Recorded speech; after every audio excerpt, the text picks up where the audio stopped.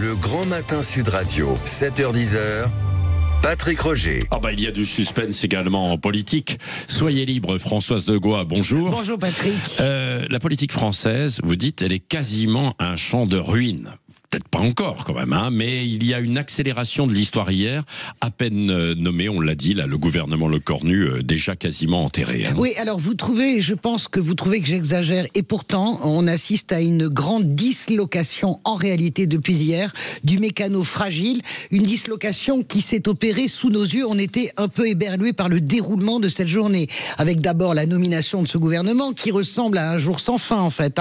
On prend les mêmes, on recommence, 3 semaines pour voir le retour des mêmes, avec un petit nouveau néanmoins, Bruno Le Maire. Déjà, ce sont les réactions de Marine Le Pen et Jordan Bardella qui crucifient la vieille nouvelle équipe. Ils parlent de radeau de la Méduse, ça c'est pour Jordan Bardella, et là on comprend, sous nos yeux ébahis, on comprend que la censure se rapproche pour le Rassemblement National et probablement dès mardi lors de la déclaration de politique générale. Et comme par hasard, Balthazar, Bruno Retailleau, à la surprise générale, découvre qu'il n'est pas heureux dans ce gouvernement.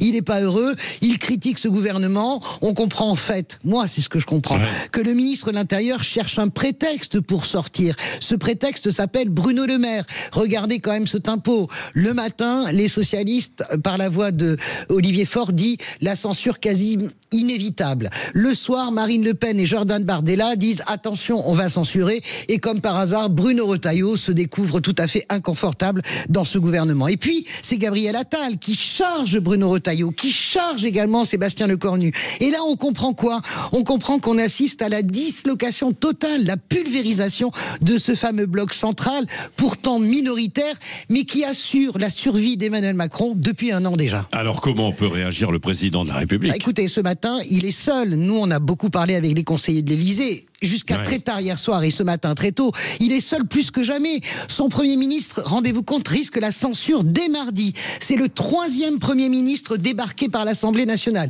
si jamais il est censuré. Que peut faire Emmanuel Macron? Renommer un 4e Premier ministre? On dit que la gauche aurait ses faveurs, évidemment. Il serait peut-être temps de l'essayer pour l'ADER d'EDER quand il n'y a plus rien à sauver. Mais pour faire quoi? Et surtout avec qui? Il peut aussi dissoudre, mais la véritable crainte, celle qui commence à se murmurer dans les coulisses, c'est peut-être sa démission sans passer par la case dissolution.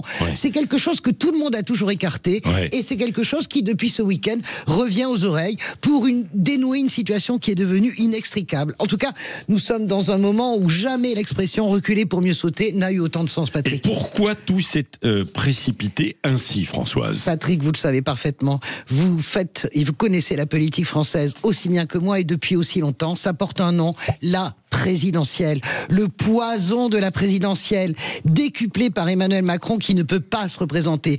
Pourquoi Marine Le Pen veut censurer? Pour obtenir une présidentielle anticipée. Pourquoi Bruno Retailleau marque son désaccord? Parce qu'il ne veut pas être associé pour sa présidentielle à lui à un gouvernement radioactif qui ne survivra peut-être pas mardi. La présidentielle, encore et toujours, qui rend fou.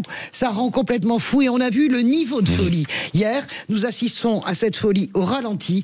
Et d'ailleurs aujourd'hui, je voulais vous le dire, histoire de vous donner le sourire, c'est la Saint-Bruno. Je dis ça, je dis rien.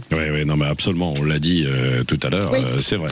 Donc, merci Françoise de Gois, vous revenez tout à l'heure à 8h30 pour le grand débrief avec Robert Ménard.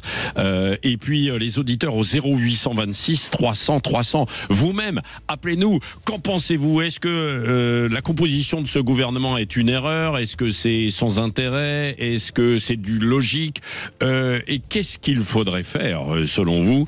0826 300 300. Allez-y, vous avez la parole. Manu vous attend au standard et dans un instant, l'invité politique de Jean-François Aquili, c'est Prisca Thévenot, député EPR des Hauts-de-Seine.